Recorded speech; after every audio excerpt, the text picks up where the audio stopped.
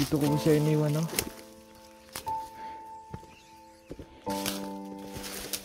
Dito ko siya iniwan.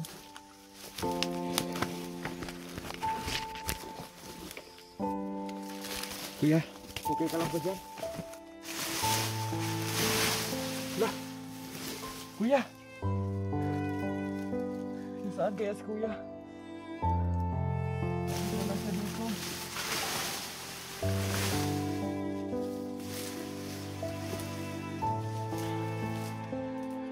Kung naabutan si Kuya Junji, sigurado nakuha na yun ng mga bandito. Patawad sa mga niyo, hindi ko naabutan si kuya.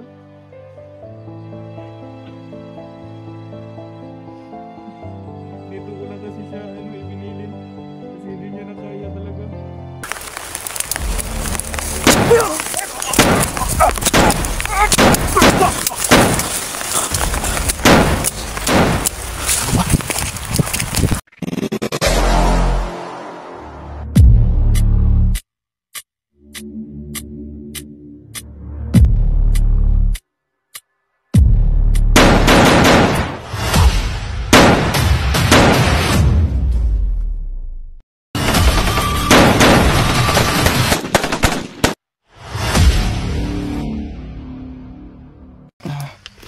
Magandang araw po sa inyong lahat dyan, no?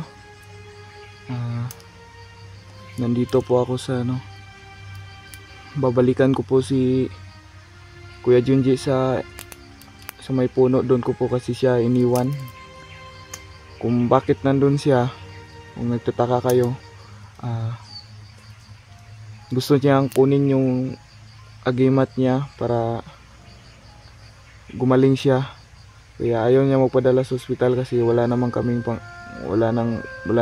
pira.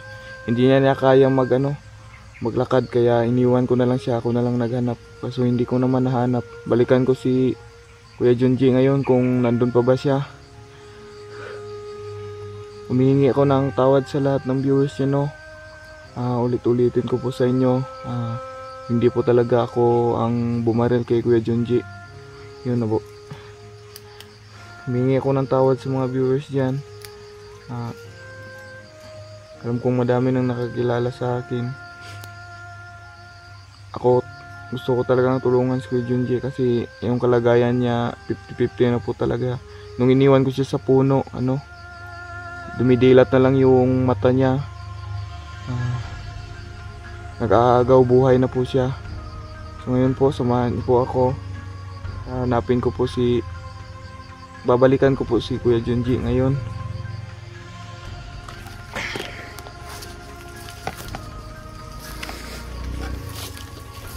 Lah, ngayon.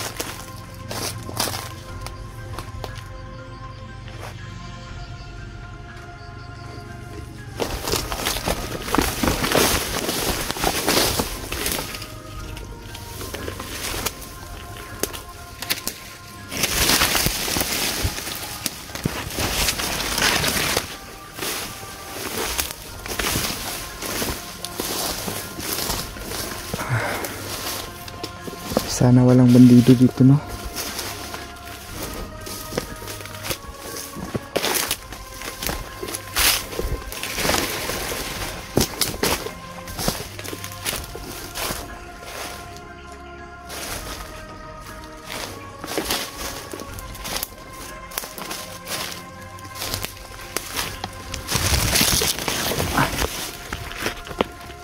Kailangan ko magtakip ng mukha, no? Para hindi tayo mahalata.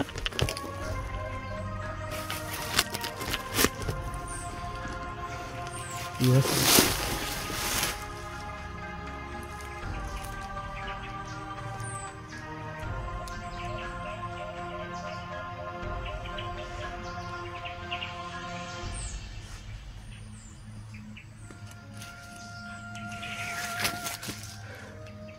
Sana maabutan pa natin si Kuya Junji doon, no? Sa may puno kasi doon ko talaga siya iniwan. Tinabunan ko lang siya ng mga Sana maabutan ko pa siya kasi nag-aagaw buhay na po talaga siya. Samahan niyo po ako. Sana maabutan natin si Kuya Junji doon. Humingi ko ng tawad sa lahat ng viewers yan sa ano. Ulit-ulitin ko po, hindi po ako ang bumaril kay Kuya Junji.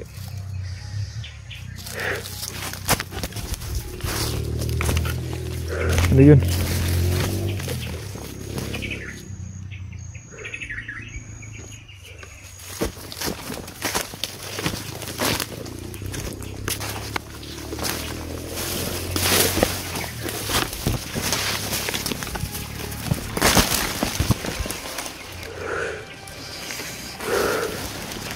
Parang may bandido po.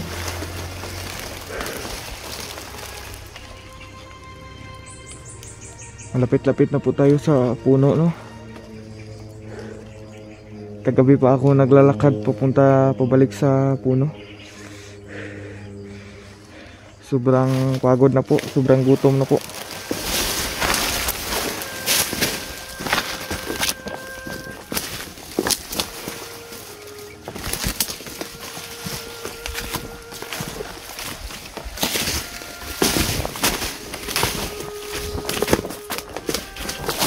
May bandido.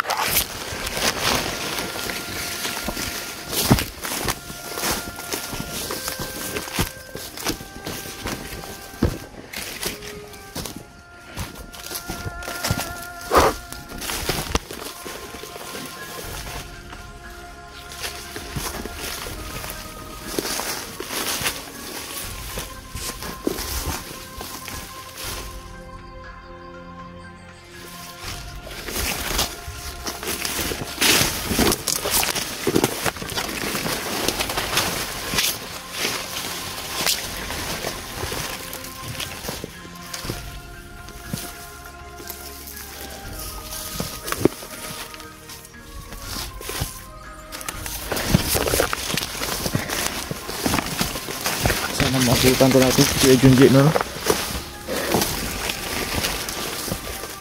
Kasi kawawa yung mga anak niya kung mawala siya, no? Nag-aagaw buhay na po talaga.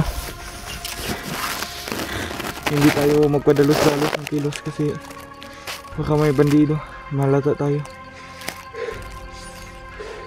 Pabalikan ko na po. Malapit na po talaga tayo sa puno.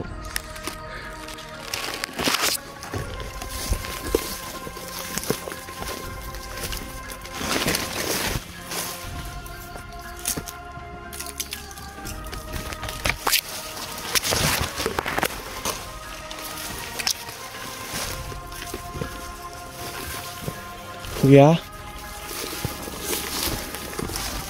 Kuya? Diyan ko po iniwan si Kuya Junji. Sa may puno dyan, no? Kuya? Saan kuya? Kuya? Okay ka lang ba dyan? Kuya? Sobrang daming dugo. May mga dugo. Kuya. Dito ko po siya iniwan, no?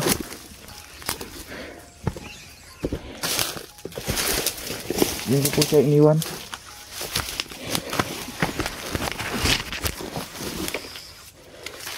Kuya, okay ka lang ba dyan? Lah! Kuya! Nasaan kaya si Kuya? Nakita lang siya dito.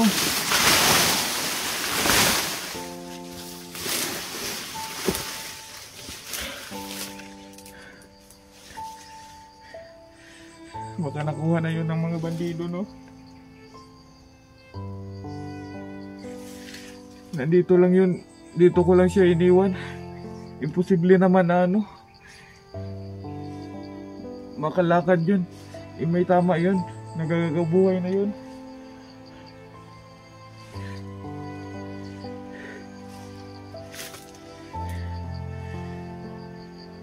Kuya. Kuya, lumabas ka. Kuya. Kuya. Hindi ko naabutan si Kuya Junji. Sigurado nakuha na yun ng mga bandido. Natawad sa mga ano dyan. Hindi ko naabutan si Kuya.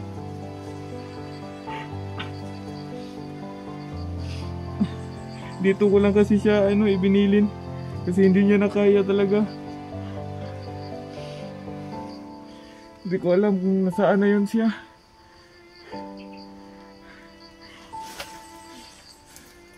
Kuya. Lumabas ka.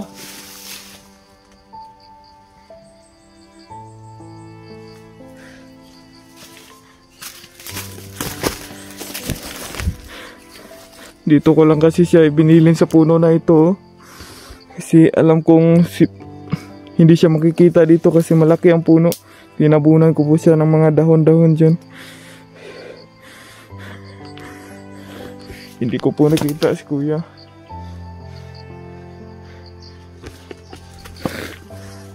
Kuya, lumabas ka. Hindi ba kaya tinago ng mga diwata?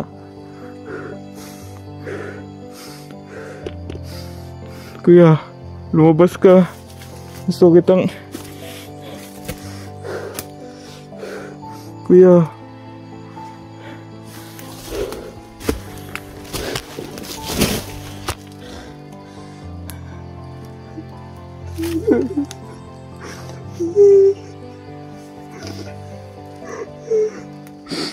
Hindi ko naabutan si Kuya. Hindi ko alam. Nasaan na siya?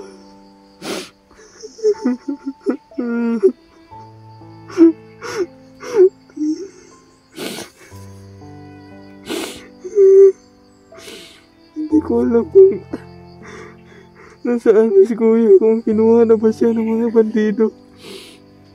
Kung nahuli na ba siya ni Commander Alapa, Commander Badang.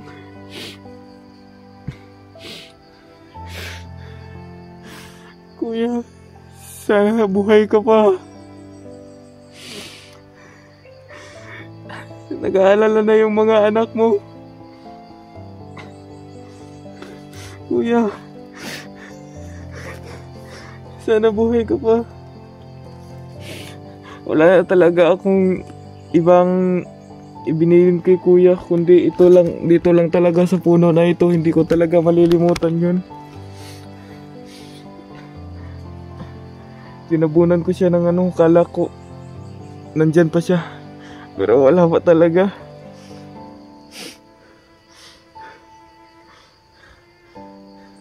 Kahit anong lughog ko dito sa puno, wala na talaga siya dito. Mga ayop kayo, pagbayaran nyo lahat ng ginawa nyo kay Kuya Junji. Maghihiganti ako sa inyo. Mga hayop kayo, wala kayong puso.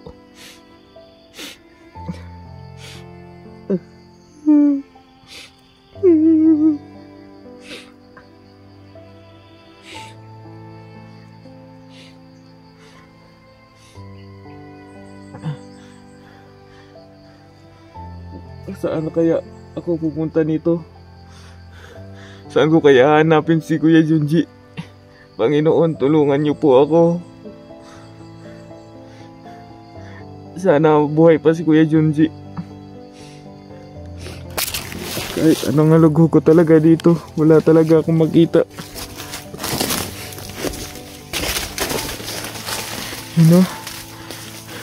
Wala na talaga siya dito.